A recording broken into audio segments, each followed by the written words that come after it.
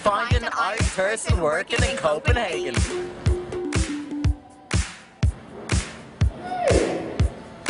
I wonder, is there any Irish people in here?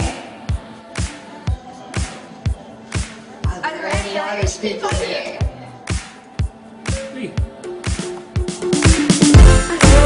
We're here at Henning Larsen Architects. And we're here with Ross O'Connell. Ross, what made you choose Copenhagen? I got the job here actually, and I came here for 6 months, and that was in October 2010, and I still haven't got home. But it was I didn't know anything at all about Copenhagen before I arrived. I literally just got the job and then went to Google Maps and was like, okay, where am I going? So that's why I'm here.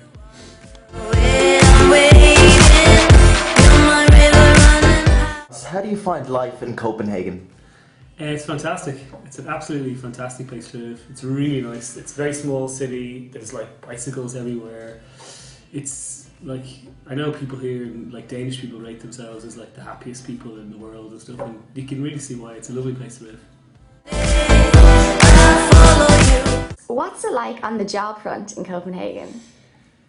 It's good. It's good, I think. I don't know, because I kind of had a job before I came here, so I wasn't necessarily job hunting here, but it seems to be a little bit better than like the rest of Europe, from what I can tell. It's difficult to get a long-term contract here, I think. So a lot of people here who are here seem to be working on short-term contracts, but it's worth a try.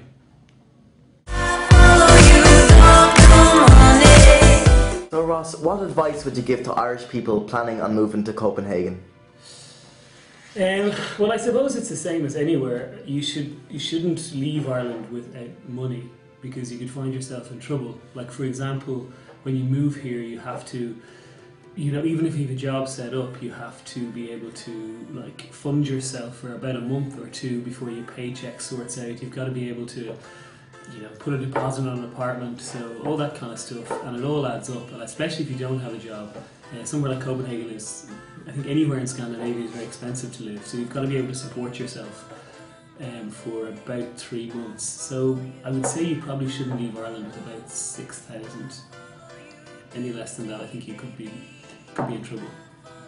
So that's my main advice: have money in the bank. Finally, what are the positives and negatives of living in Copenhagen? Positives and negatives.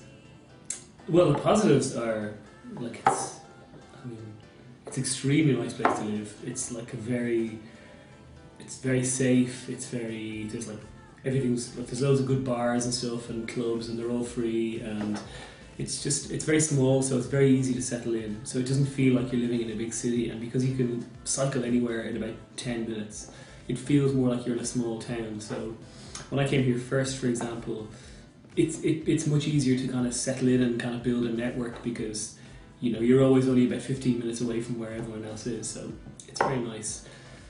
The quality of life is great, but in terms of negatives, there's very few Irish people here, which sounds a little bit like, which is nice for a while, but you do kind of miss the small things about home, and you are a little bit far away from your friends and family, in that, if you're in London, you're like, you have a 50 quid flight home, but here it's about 250, 300 quid in the summer to get a return flight, so you wouldn't be doing it every weekend and stuff. So there is that distance, and there is that it is a very, and I think it's the same in all of Scandinavia, it's palpably different as a culture to live in, so I don't know, you do miss home a little bit sometimes, but it's a trade-off, you can live with it.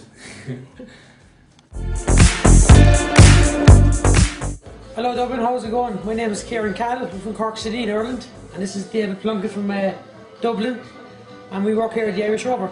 With 27 job markets within the EU, Irish people have lots of opportunities to work abroad in just a short trip away.